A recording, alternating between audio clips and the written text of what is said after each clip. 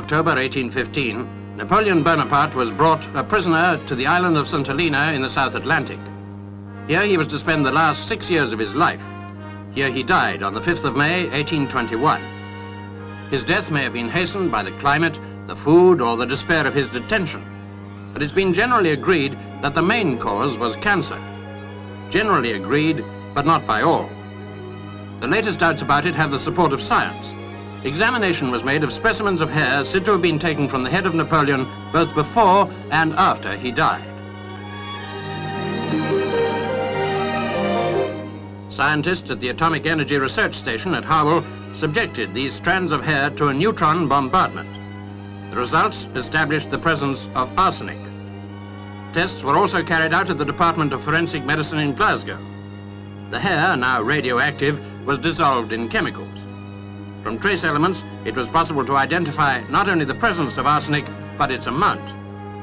After being distilled, the liquid was placed in a decatron to measure the radioactivity of the arsenic, and this establishes the amount of poison in the sample. The work, undertaken at the request of a Swedish researcher, was carried out by Dr. Hamilton Smith. We analysed this hair and found that it contained relatively large amounts of arsenic. And when he received these results, he said this was Napoleon's hair, and would we be interested in further analysis? We said this would be all right, and subsequently have analysed hair taken over the last 4 years of Napoleon's life. These hairs all showed varying amounts of arsenic, ranging from about 6 times normal to a maximum of 100 times normal. The Emperor wrote in his will, "I am dying before my time, murdered by the English oligarchy and its hired assassin." It's always been assumed he was referring to what he regarded as persecution at the hands of the governor, Hudson Lowe. But could the history books be wrong? Could he have been the victim of ever-increasing doses of arsenic criminally administered? Now, would Napoleon not have been on his guard against this sort of thing? Yes, he would be.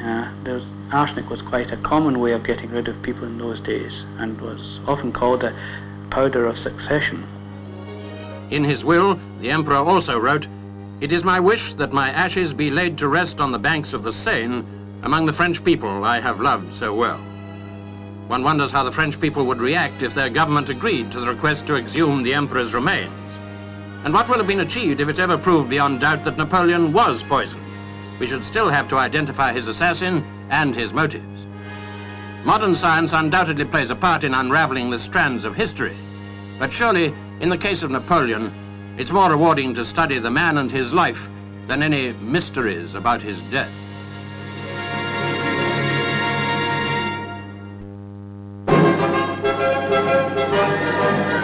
Farewell with